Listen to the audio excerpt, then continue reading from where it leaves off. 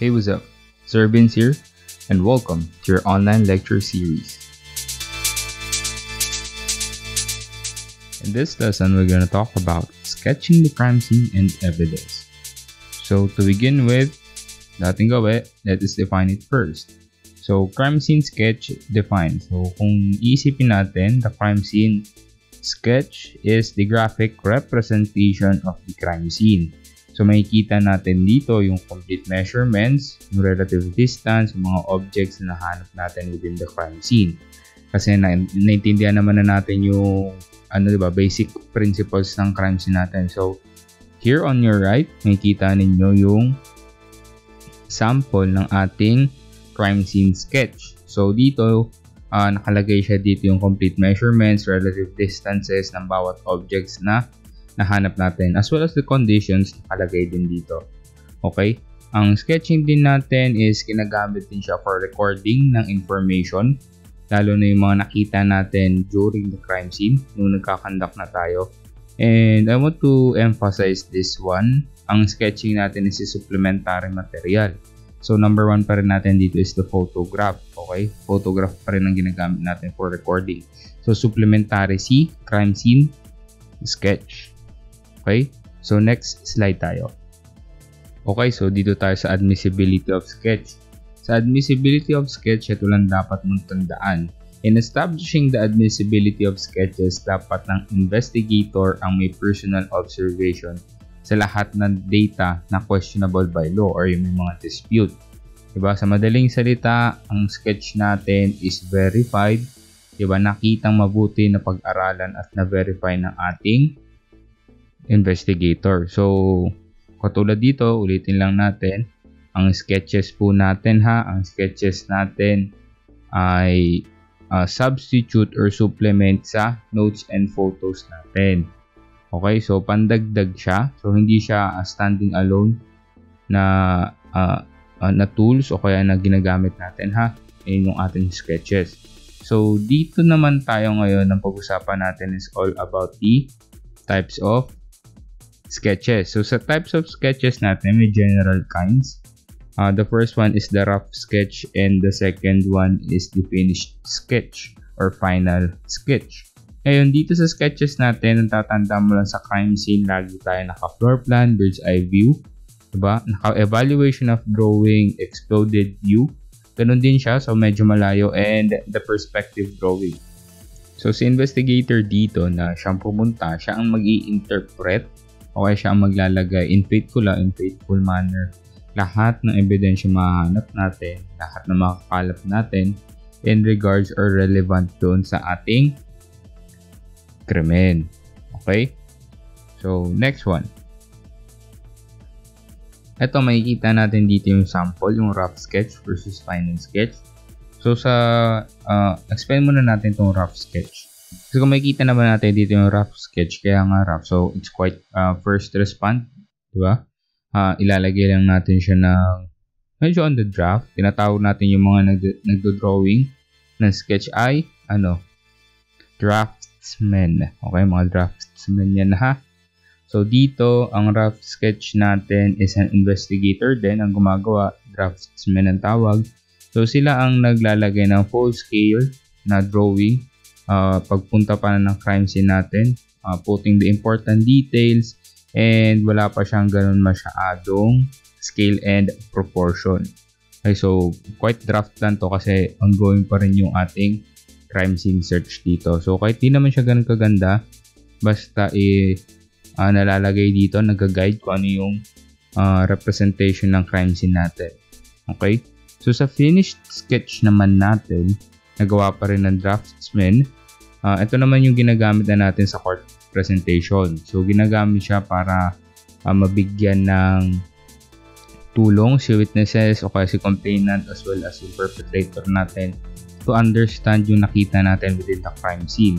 Okay, para ma-clear lang natin yung doubts within the court room. So, yan lang. So, para malaking din siyang picture, para malaking floor plan kung ano nangyari nung mga panahon na yun dun sa crime scene na yun.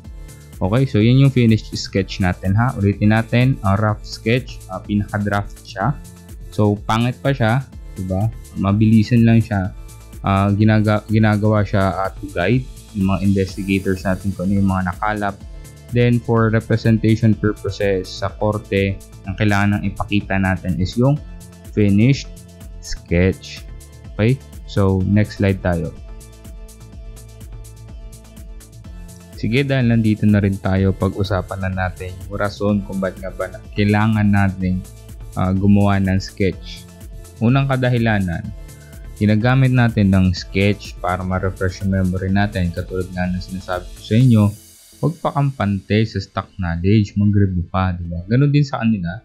So, kailangan din nilang i-record kasi wala pa naman tayo talagang sobrang detailed sa pagkaka-photographic memory. Pero kung may ganun kakalupit na photographic memory, naaalala mo, diba, number 1, alam mong highlight mo yun.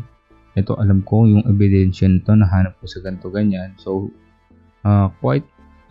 hindi siya pwede kasi alam naman natin na ang tao is quite biased, diba? Siyempre, hindi natin alam, masyado tayong confident sa power of memory natin. Okay, so yan ang first reason ng ating sketch. Pangalawa is para ma-express natin yung precise location ng objects within the crime scene. Okay? So, dito naman nakalagay yung mga distansya, saan natin nahanap, yung mga ebidensya. Pwede rin siya kung adjacent, katapat ng ganito, saan ba natin nahanap yung mga kutsilyo, ganito, ganyan. So, yan. Yan din yung isang reason ng ating sketch. Next is, ganun din, yung mga finished sketch natin, isa pa to sa mga rason niya, para ma-understand natin yung condition ng crime scene. Ano nga ba talaga yung nangyari? Kasi mahirap lang naman yung puro kwento-kwento lang tayo dito. Baka gusto mo bang mag-drawing. At least meron tayo dito ang finished sketch para maging perceptive ang lahat na nasa korte. Kung saan nahanap yung mga ebidensya na nakalap natin. Okay, and last one is minsan kasi yung mga witnesses natin is medyo nalilimutan nila yung nangyari. Kung saan nila nakita, yung ganun. So, pinapakita rin natin to para ma-assist natin siya in questioning, lalo na sa nagkukwento. So, kumari, tapos na tayo, nag-i-interview tayo, pwede natin sabihin sa kanya na, pwede mo bang sketch para sa amin? Para at least ma-cross-examine natin. Pero kung gusto mo na naman na ma-refresh din yung memory niya, ipapakita din natin tong sketches natin. Okay? So, dito na tayo. Next slide tayo. So, dito sa next slide natin, is all about essential elements of sketch. So dito sa essential elements of sketch natin, nakita natin measurement, use the key, and critical measurement check. Pero gusto ko siyang dagdagan for additional knowledge ninyo. Pero simulan natin siya sa measurement. Diba, elements of sketch na tayo. Ang measurement, kailangan ma-indicate natin yung north direction with the arrow. Ngayon, para malaman natin na north direction ng arrow, na ilalagay natin para makita natin yung orientation baga ng ating crime scene is kailangan kung nasaan ang araw, dun yung east, then on your left, that's the north. Sir, paano pag gabi na? Ngayon, may tinatawag tayong technology. So, kadalasan naman meron na tayo niya sa phones natin, may mga gyroscope na yan na tinutulungan tayo for orientation. So, magagamit din siya to assist us para malaman yung north direction natin, para mag-accurate yung ating representation, yung orientation sa crime scene. Okay, so dito sa measurement, nakalagay din kung saan nakalagay yung mga gamit at sino rin na nag-drawing. So, for signatory din yan kung sino yung ating draftsman. Okay, draftsman. Okay, so dito nakalagay yung accurate spaces, distances ng mga relevant objects to their point of reference. Dito naman sa use the key, diba? Sa use the key naman, capital letters, alphabets, pero kadalasan ibas numbers ang ginagamit para sa mga articles na nahanap sa crime scene or mga evidence, physical evidence. Minsan tinatawag din siyang essential items. Diba, nilalagay ng mga letters yung mga nahanap natin, katulad nakita natin sa previous na slide, na sketches natin. So, may mga letters yan, yun yung mga physical evidences natin. So, yun yung using the key. Diba, minsan capital letters ang ginagamit, minsan numbers din, indicating the physical evidences na nakuha. Okay? The next one is yung critical measurement check. Sa critical measurement checks, kadalasan ang pumapasok is dalawang investigator na mag-check ng mga measurements katulad ng mga skid marks. Yung skid marks kasi baka isipin ninyo sa traffic lang siya, sa mga gulong. So minsan kasi pag may struggle, lalo na sa sapatos na rubber, tapos ang side styles may nalaleft na skid marks, pati yun is kinukuhanan ng critical measurement. Okay, so dito naman ginagamit na natin ng mga standard symbols din. Okay, so dito kasi kailangan makita natin yung proper scale of proportion, tinatawag natin, para makita yung actual sizes ng mga physical evidences na nakuha natin. Okay, so ano po ba mga essential elements? Dadagdag tayo dito ng 2. Pang-apat na idadagdag natin is all about yung victim and suspect identification. So dito sa victim and suspect identification, saan ba natin nakita si biktima? Ilalagay din natin yan sa sketch natin, lalo na sa murder or homicide cases natin. Okay, so saan ba nahanap yung ating katawan? Next one is suspect identification, lalo na yung mga fingerprints kung saan natin nahanap. Ini-indicate din po natin yan. So kailangan natin yan kasi yung mga evidences natin to trace and locate the victim. Diba? Mga tracing evidences na tinatawag natin. So next and most importantly, the last one pala, is all about the time and date. So sa time and date, napaka-importante, yun yung when natin. So dito nilalagay natin is when the incident happened and sino din yung kung kailan din ginawa yung sketch na yun. Okay? So dalawang time and date natin, yung approximate kung kailan nangyari ang krimen, tsaka kung kailan natapos yung sketch natin. Okay? So dito tayo, next slide tayo. So dito tayo sa types of rough sketch. So sa types of rough sketch natin, meron tayo dito. The first one is the rough sketch. So madali lang siyang intindihin, napaka-draft lang. Diba? Kung ano lang yung mga mabilisan lang kumbaga, pero nandun pa rin yung representation. So wala pa tayong scale and proportion, yung pinaka-pino, mga straight lines, mga ganyan. So hindi pa siya nakalagay sa mga maayos na papel na may sabihin natin per square or kaya per grid is may karampatan na measurements. So no proportion pa nga eh. So everything is approximate yung tawagin. Next one is the finished sketch. So ang finished sketch, ganun din for court presentation natin para ma-understand ng ating jury kung ano ba yung nature ng crime scene. Okay, ito tayo yung sketch of locality, sketch of grounds, and sketch of details.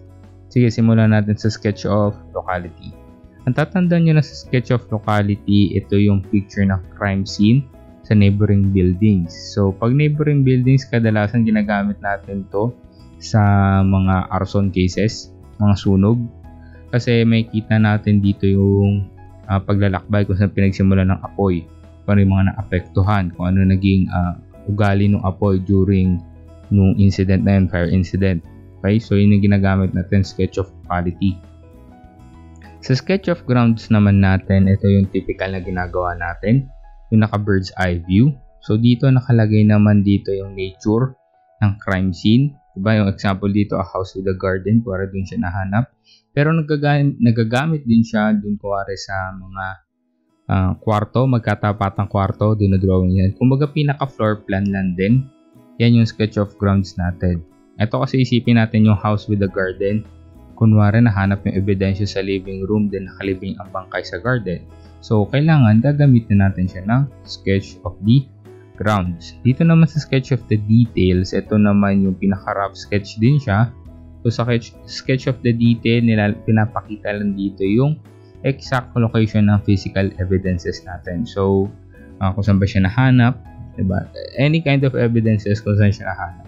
So yun yung sketch of details natin. Okay, so ginagamit siya for immediate crime scene only. So yan ang mga sketch details natin. So may idadagdag tayo dito. Ito yung parts of sketch. Ngayon sa parts of sketch natin, ito yung pinapractice ng ating Philippine National Police. So nakadepende pa rin siya kay sketcher kasi nga 'di ba, nakadepende siya sa perspective, pero dapat faithful representation pa din. Unang-una, first part is the title. So ikaw, i-write down mo to. The first one is title. So ilalagay natin dito kung anong crime na commit. Next one is the body.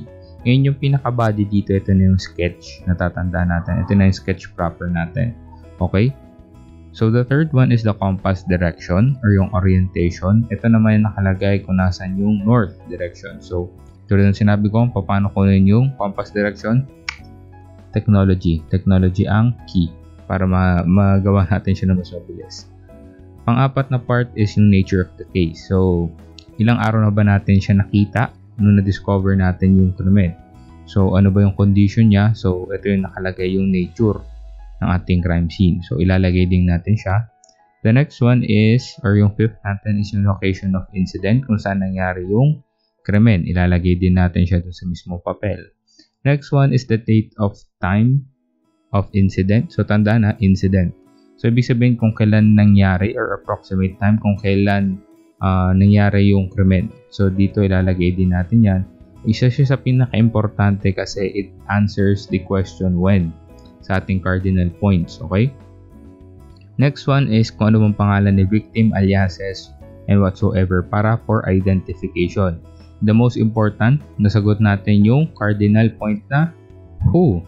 Next one is name ng suspect. Sino ba yung mga pinagsususpetsahan natin dito na pwede maging perpetrator in committing a crime against the victim? So ilalagay din natin yan. Dito is yung legend. Yung legend natin, nandun din siya sa essentials natin. So, pwede natin ilagay yan through A, B, C, D or 1, 2, 3. So, ito yung ginagamit natin to represent the objects or physical evidences na nahanap natin sa crime scene. And yung pang-sampu natin na parts ng sketch is all about the signatory. Yung signatory nakalagay dito or subscription ni investigator kung sino yung gumawa ng sketch natin. Okay, so nilalagay din siya dito. So, the last one is the date and time. Yung date and time na tinutukoy natin dito is kung kailan natapos yung sketch natin. Okay? So, yan yung mga dagdag nating information in regards with the parts of sketch. So, dito tayo ngayon sa last slide natin. So this is the last one. This is the kinds of reconstructing the crime scene. Okay, so meron na tayong crime scene sketch. Ngayon, na-assess na rin ni investigator natin or perceptive na siya kung ano ba nangyari sa krimen. So ngayon, kailangan natin pakita kung paano nangyari. So dalawa lang siya. It's all about the physical reconstruction and the mental reconstruction. Yung physical reconstruction natin, talagang hahanap tayo ng room to physically reconstruct yung crime scene. So, ilalagay natin particularly yung ebidensya kung saan nahanap. Okay, so yun yung mga reconstructions natin. So, physical, nakikita mo talaga harap-harapan. Ginaya natin o kaya ginawa natin ulit kung paano yung krimen nangyari, lahat ng ebidensya kung saan nakalagay. That's physical reconstruction. Sa mental reconstruction, kadalasan is coming from the mental na nga. So, nakakwento lang siya, depende dun sa physical reconstruction. Pero aided naman siya ng mga reports natin in regards with our sketch. So, yan. So, isipin mo na ng mental reconstruction, ini-explain mo na lang or ina-elaborate mo na lang sa kanila. Yun yung mental reconstruction natin. So, physical reconstruction, gagawin mo ulit. Diba? Hanap ka ng room or kaya dun sa pinangyarihan. Gagawin natin ulit. Lahat ng ebidensya, ilalagay natin kung saan nahanap. Then, gagawa natin siya ng kwento. Explain natin. Sa mental, i-explain natin or i-elaborate natin. Okay, to sum things up, summarize natin, sketch is very important in recording. So, it is a supplementary tool for our photographs as well as yung ating other recording materials tulad ng field notes natin. So, si sketches, ito yung pinaka-understanding ng nature ng ating crime scene. So, I do hope na marami kang natutunan in our lecture series, and I'll see you again next time. Have a good one.